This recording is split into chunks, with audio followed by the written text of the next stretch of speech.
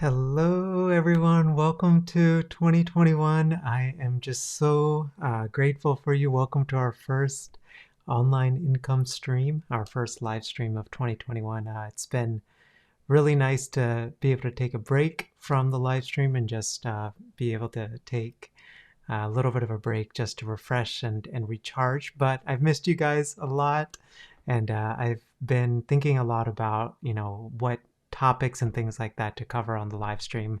And typically we cover online income, income impact beyond the therapy room, those kind of topics.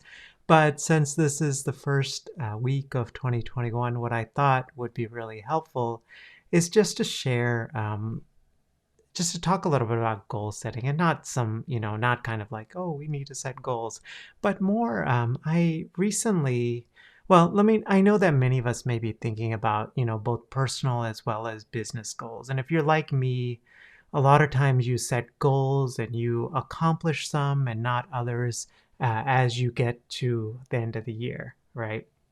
But what I actually thought was, what if I could reverse engineer these goals based on what people in their deathbeds most regretted missing out on? So, just to tell you a little bit of a background story, I came across this book called The Top Five Regrets of the Dying when I was in grad school. It was written by a palliative care nurse. Her name is Bronnie Ware. And what she essentially did is she interviewed hundreds of people on their deathbeds, asking them questions like, what are you the most proud of? What do you regret the most in life? And from those conversations emerged five simple truths.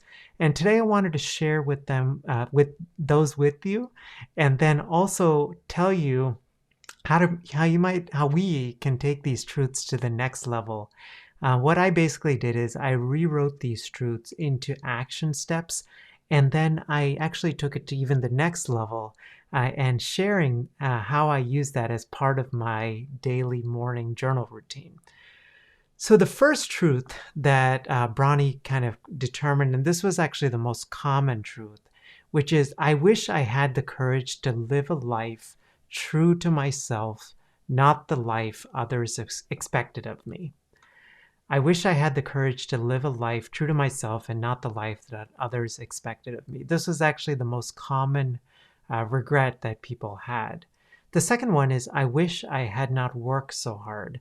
I felt like this one was really important and insightful because I know all of us are business owners, and it's an interesting thing, right? When you're in the moment and when you're very present focused, it's all about how to make your business grow and all of those different things. But one of the regrets that a lot of folks had on their deathbeds is, I wish I hadn't worked so hard. And so I've been really wrestling, how do you reconcile those two things? The third one is, I wish I had the courage to express my feelings. The fourth one is, I wish I had stayed in touch with my friends. This is actually something that kind of hit deep for me because just throughout the years, as I particularly have moved from Texas to Tennessee to now Pennsylvania, it's been hard to keep in touch with some of uh, my friendships. And so I've really thought a lot about that. And then the final regret is, I wish I had just let myself be happier. So these are really good truths. And for me, as I mentioned, when I typically set goals, they're driven by, with business goals, they're driven by numbers. So, for example, revenue, or things like podcast downloads, or subscribers or followers or something like that, or the number of products that I've launched, any of those kind of things. Let us know in the chat if that's also how you tend to set goals for yourself as well. And I know that that's probably a struggle that many of us do definitely have. And and it makes perfect sense, right? Of course, we live in a society where those things are really highly valued. And I know that many of us, especially in this past year with this pandemic, we are taking a step back and realizing, we're asking ourselves these big questions. What am I on this life for? What is the purpose of my life? How do I want to spend my life? And all of those different things.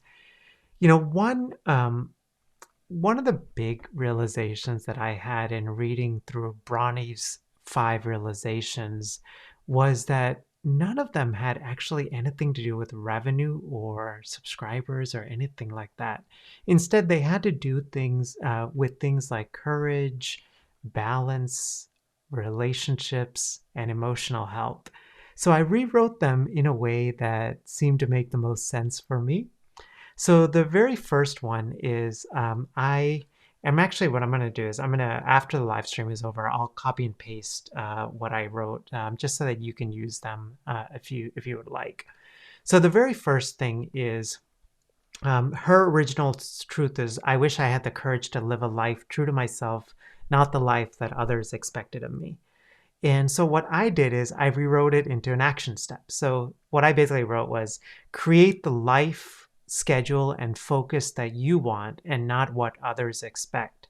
Otherwise, you'll be chasing expectations you'll never catch. The second truth is I wish I hadn't worked so hard.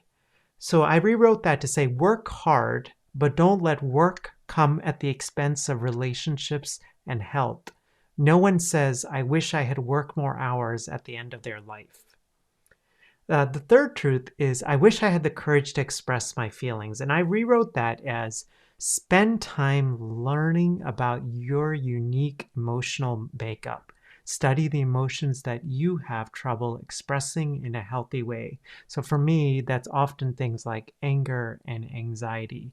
I think those are my two biggest ones. And as we're all friends here, and if you would like, please definitely leave it in the comments, something that you may even struggle with when it comes to that emotion that you really struggle with expressing. And I wrote, everyone has difficult emotions. Share your feelings with others who are emotionally safe because it will help you embrace all parts of you. It's okay to be imperfect. I wrote that last sentence in there because this is something that I know I struggle a lot with, which is perfectionism and wanting to always get things optimal and perfect. And something like a live stream where there can be 8 million tech issues that happen, that's just always a reminder that things are quite imperfect. So, and then the last truth is, I wish I had let myself be happier.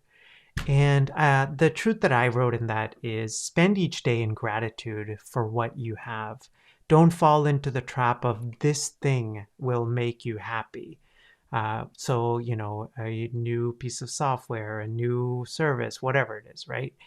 Something stuff related. Experiences and meaningful relationships are what matter most. And so, as I mentioned, I have a morning routine. It typically involves a combo of exercise and then journaling and then listening to a TED Talk and then a mindfulness exercise. So I use like Headspace, for example, to do a mindfulness exercise. And then that's how I start my day. One of the things that I mentioned is I do a journal and I use something. There's a bunch of different journals out there. Some people love having a physical journal, and like the 5-minute journal is a really good one, especially if you're kind of strapped for time, but you want to make sure it's powerful. I use one called Day One, which is an app. I believe it may only be available for Mac, but I'm not 100% sure. But it's called Day One, and basically what you can do is you can have this as an app on your phone, on your tablet, and even on your desktop. And what I typically do is I have it on my desktop. And let me actually just share my screen here with you.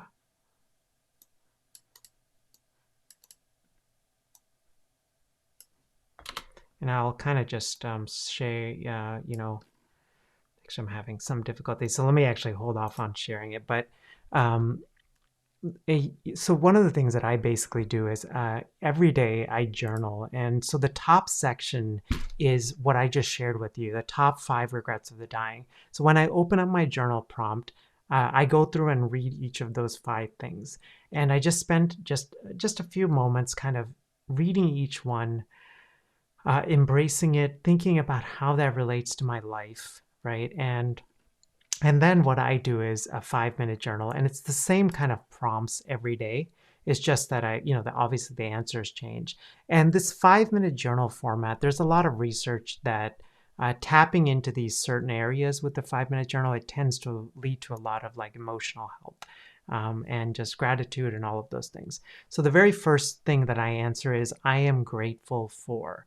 And so, so this morning I actually wrote, my own anxiety, especially with doing something like a live stream, because, I'm a little bit more introverted, and the thought of especially doing something like a live stream where, you're in front of a lot of people. Typically, these live streams receive anywhere from 500 to 1,000 views, and so it's a little bit intimidating. And so I wrote my anxiety because it's teaching me that that sometimes it's okay to be scared and still take an action, but it's also teaching me that I don't necessarily need to take on something that scares me.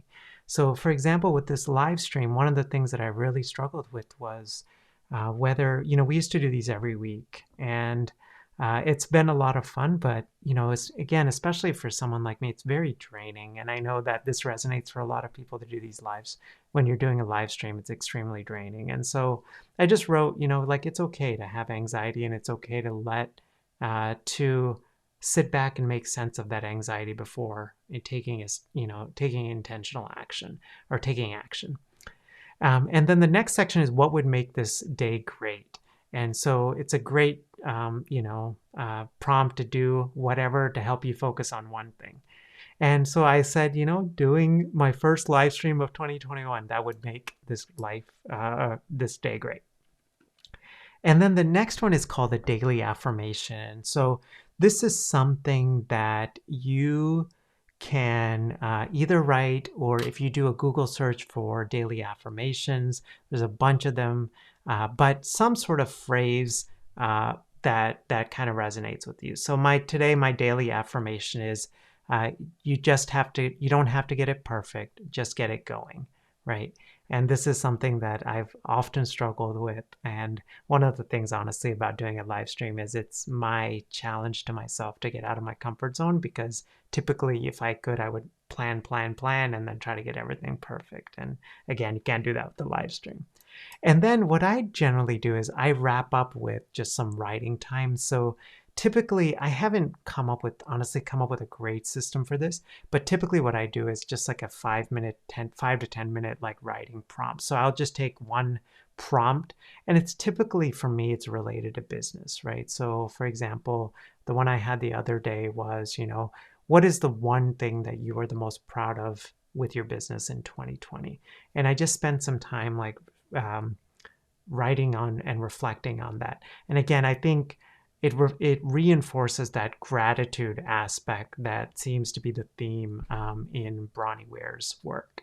So I would love to hear from you. Let me know, one, if you have a journal that you like, and two, how you go about setting your business and your life goals as you proceed through the year. I think that's it. So have a great rest of your day. Before we wrap up, as I shared earlier, we're going to be transitioning this live stream to doing it just once a month. So the first Monday of each month at 9 a.m. Eastern time.